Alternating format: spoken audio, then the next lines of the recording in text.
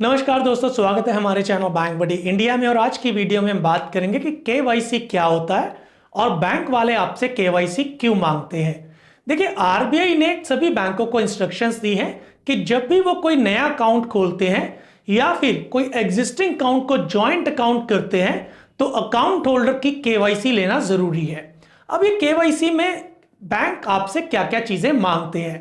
देखिए, केवाईसी में बैंक आपसे आपकी फोटोग्राफ्स, आपकी जो आइडेंटिटी प्रूफ, चाहे वो पैन कार्ड है, आधार कार्ड है या पासपोर्ट है या आपका ड्राइविंग लाइसेंस है या आपका वोटर कार्ड है, इसके साथ साथ आपका एड्रेस प्रूफ, यानी जिस जगह पे आप रह रहे हैं उसका एड्रेस प्रूफ आपसे मांगा जाता है। ये आपका आधार कार्ड हो सकता है, आपका पासपोर्ट हो सकता है, आपका इलेक्ट्रिसिटी बिल हो सकता है या आपकी गैस की जो स्लिप होती है या जो पासबुक होती है वो हो सकती है। इसके साथ साथ आपका पोस्ट पेड जो है लैंडलाइन लीज बिल भी हो सकता है। देखिए, अब ये आईडी और एड्रेस प्रूफ बैंक आपसे क्यों मांगते हैं।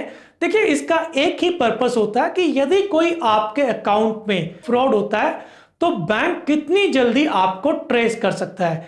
इसके साथ साथ केवाईसी का एक और मतलब होता है। देखिए, केवाईसी में बैंक आपके ड्यू डिलिजेंस करता है। वो आपसे यह पता करता है कि आप जो है अकाउंट क्यों खुलवाना चाहते हो।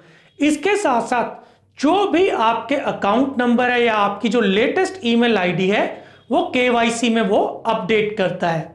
देखिए, इसके साथ बैंक को ये बहुत ज्यादा परेशानी का सामना नहीं करना पड़ता यदि कभी बैंक इस सिचुएशन में आता है कि जब बैंक को इमीडिएटली आपको कांटेक्ट करना पड़ता है। तो यदि बैंक ने आपकी केवाईसी की हुई है तो बैंक जो है आपके लेटेस्ट फोन नंबर या ईमेल आईडी से आप तक पहुंच सकता है, यानी जो कम्युनिकेशन होती है वो बहुत आसान हो सकती है। अब हम समझते हैं कि केवाईसी करवाते समय आपको किन चीजों का ध्यान रखना है। देखिए, जब भी आप अपनी केवाईसी बैंक को कर रहे हैं तो आपको इस चीज का ध्यान रखना है, जो भी लेटेस्ट अपडेटेड आपके फोन नंबर्स हैं जो सिर्फ आपके पास रहते हैं, आप केवल उन्हीं फोन नंबर्स को दें। इसके साथ साथ वो ईमेल आईडी जो आप स्वयं यूज कर रहे हैं वही ईमेल आईडी जो है आप केवाईसी करते समय बैंक को दे, क्योंकि इसी ईमेल आईडी और फोन नंबर्स पे आपके जो ओटीपी हैं वो रिसीव होते हैं। और आज की डेट में, क्योंकि आज जो है मोबाइल बैंकिंग या इंटरनेट बैंकिंग का जमाना है, तो कोई भी व्यक्ति, यदि किसी व्यक्ति के पास आपका ईमेल आईडी और फोन नंबर का एक्सेस है तो आपके अकाउंट में वो फ्रॉड कर सकता है।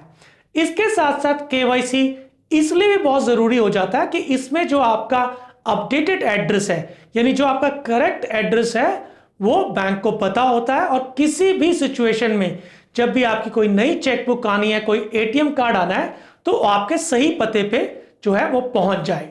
इसके साथ साथ बैंक कई बार अकाउंट ओपनिंग के बाद भी आपसे केवाईसी डिमांड करता है। ऐसा इसलिए हो सकता है कि यदि आपका अकाउंट जो है डोरमेंट हो गया, यानी 2 साल से आपने अपने अकाउंट में कोई भी ट्रांजैक्शंस नहीं की है, तो उस केस में बैंक जो है आपसे फिर से री केवाईसी डिमांड करता है और आपका अकाउंट एक्टिव करता है।